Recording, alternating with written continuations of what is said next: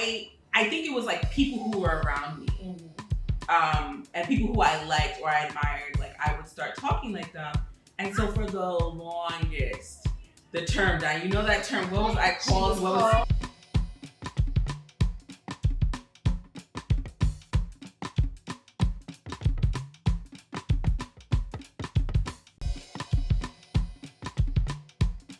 Hi guys, welcome to another episode of My Kids on the Wall. So in today's episode, we're going to talk all about code switching. So I know a lot of us have heard about it, but we're going to really just go back to the basics and first discuss what is code switching.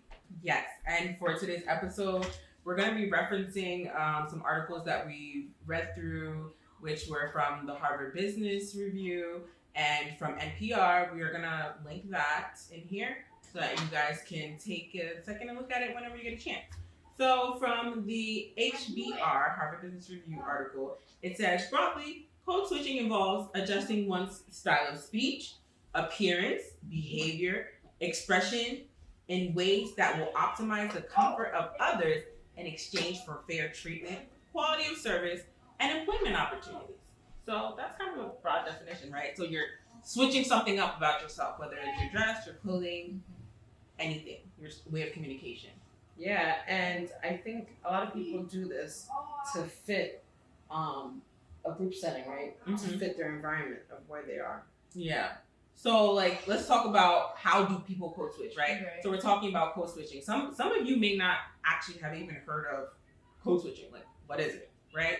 So how do people code switch? I can give an example. I think you guys each have an example that you want to Yeah, you know what? The example I think of is a video that I saw, even with, who was it? The president, former President Barack Obama. Oh, yeah. When he was greeting the what was it, football players. And you could see his body language with how he greeted each one of them. So one demographic of football players, he, did a nice handshake. But then with another demographic, he went in for the brother hug, the dab and the right. And Prince Harry too. I think there was a video with him too. With soccer players or footballers. Greeting the white ones. Hey, good job. Pat on the shoulder. And then come in for that. So that's like a physical form of code switching, right? You're adjusting your behavior to a certain group of people or anything like that. Another thing I would say with code switching is sometimes the way we talk. If you're probably at a board meeting, you're going to maybe shift the way you speak a little bit. Or if you're with family and your family is from another country, whether they are Caribbean, whether they are Africans, whether, we are Hispanics, whatever, you may switch a little bit to talk, right? I'm code switching as I'm talking right now. Exactly. Very good example of that. So those are just different ways that people code switch. Another way is clothing. Can you talk about clothing? I mean, when it comes to clothing, for instance, we obviously were from an African background. When we're among our African relatives, we have different garb that we wear. But when you have to go to work, you want to present yourself in a conducive way to the environment and look appropriate for the situation. Right, like we won't be wearing African cloth to work. I mean, I think now I actually have. Right, we're changing a little bit. We're trying to change that script, but it's something that majority of the time I wouldn't do it. But once in a while, just to change it up, spice it up, and show them me and my culture. Yeah. So I think so we discussed like what is code switching, how people code switch, and I think like. Now the biggest, the meatiest part of it is why. Why do people code switch? I know that in school growing up, I think it was like people who were around me, and people who I liked or I admired. Like I would start talking like them, and so for the longest, the term that term. What was I called? Oreo. Oh, I'm like Oreo. What is that? For those of you who don't know, an Oreo is usually referred to someone who is black on the outside, but they exude a white personality on the inside. And I hate why they call it white, right? And then on top of it, my name is Jennifer, right? You are still going to call me for call, but let's go with Jennifer, right? So my name is Jennifer, and I remember like hating, like it was my internal thing, like nobody knew. Like, oh, introduce yourself. I hated saying Jennifer around Black people because they're like, Jennifer, your name is Jennifer. And I was like, oh, okay. And I wasn't, used to using, a lot of the African American vernacular. So it was a struggle for me. Because then I started learning how to, use it to like feel like I fit in more. Because sometimes I felt inadequate when I spoke the way I speak, Yeah. And I would say that growing up for the three of us, in an African household in America, we spoke what you would call standard English. But yes, we did have an accent because we had the foreign parents who came to this country, speaking English in the best way possible. So when it comes to, as Jennifer said, the African American vernacular English, for me, when I met with my fellow African American counterparts, it was very hard for me to even speak this way of the African American vernacular English, because that's not what I grew up with. Right, so true. And I think I share the same sentiments as both of you guys. This is just me, this is how I speak. Even me trying to speak with that African American vernacular, it sounds strange, it sounds uncomfortable. I'm like, it's not me. It sounds like I'm trying to put something on which is being forced upon. So that's definitely not for me, but that's just how we were brought up, really. Yeah. So let's change gears a little bit and let's talk about 5 reasons why people code switch. So this is some points from an article from NPR. So let me just list the 5 points. So 1, inherently or naturally. 2, because we want to fit in. 3, because we want to get something. 4, to say something in secret. And 5, helps to convey a thought. So let's take one of them. Even code switching, because it's inherent, it's natural. It comes naturally. I think a lot of people do that, Right. Even one of my friends, we were just talking to her and she was like, what's code switching? I don't know about code switching. Right. But then a few minutes earlier, she was just saying things in an African accent or, Like you're around your African family members, or like when we go to Ghana, we hear people talking, we naturally just like, whether slow down, say things in a Ghanaian way so that we feel like they can relate to us. But it's not like we're aware of it. Sometimes we just talk to people like that. Actually, my children, when we went to Ghana back in 2018, I saw my oldest doing code switching, and it was just so interesting to me. Because he spoke the standard English, right, in America. But once we got to Ghana, we stayed in Ghana for about 4 weeks. He was just sounding different. I'm like, why is he talking like that? Why, he was code switching. It's assimilation. Assimilation, there you go. Adapting to his environment to make others around him comfortable. So that leads into the second reason, we want to fit in, right? We want to fit in. And then, like, even one of the articles that we're going back and forth referencing them, one of the articles says, for Black people and other racial minorities, downplaying membership in a stigmatized racial group helps increase the perception of professionalism and the likelihood of being hired. And I feel like that's kind of deep. That happens. Like, think about that. You're like, oh, maybe I do speak like this, but I just want to adjust a little bit so that others can see me in a favorable light, or like the majority of the people with the power see me in that light. And then avoiding negative stereotypes. Definitely, because every day I walk into work, I always think about how am I portraying myself and what type of how am I portraying myself, especially being a person of color, just to have self-worth, self-respect, and all of that. So that's why I always act the way I do, carry myself the way I do.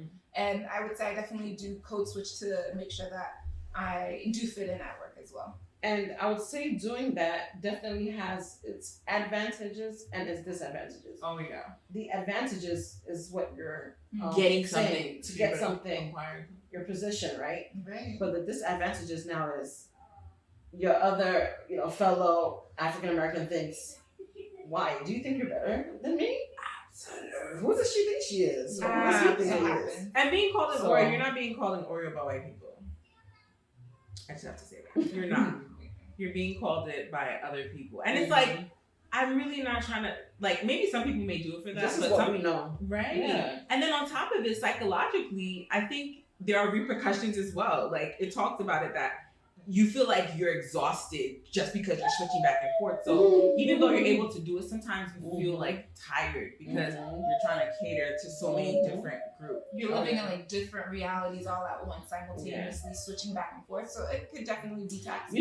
You know, I never really thought of it that way, but it is tiring. And I do remember being in certain situations whereby I'd have to code switch, but me code switching to fit or to assimilate the other group, it made me exhausted. At the end of the day, I just wanted to go home and just be me, right? So at times with code switching, you almost feel like you don't have that identity. Yeah. And then, but one thing is like, you can keep it secret, like, oh, maybe if I say something in a different way, like if an African phrase, like markets on the wall, you can just say that. Somebody be like, what are you talking about, right? So then it's like kind of like getting things across. So, for example, you go to another country, Asian country, African country, Middle Eastern country, you say, oh, it's raining cats and dogs. That's a colloquialism that we use. You know, that's a form of right? So that's like part of code switching because you're going to that another group's type of way of speaking and then like trying to convey ideas and things like that. So yeah, I feel like it's a lot. And I don't think I'm gonna stop code switching. I think it's an actual skill that is very useful to a lot of people.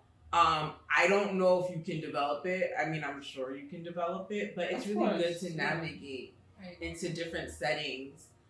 You know, when it comes to even like behavior, right? You may act a different way and then a different way with other people. Of course. So it's a mechanism of survival and I'm okay with it.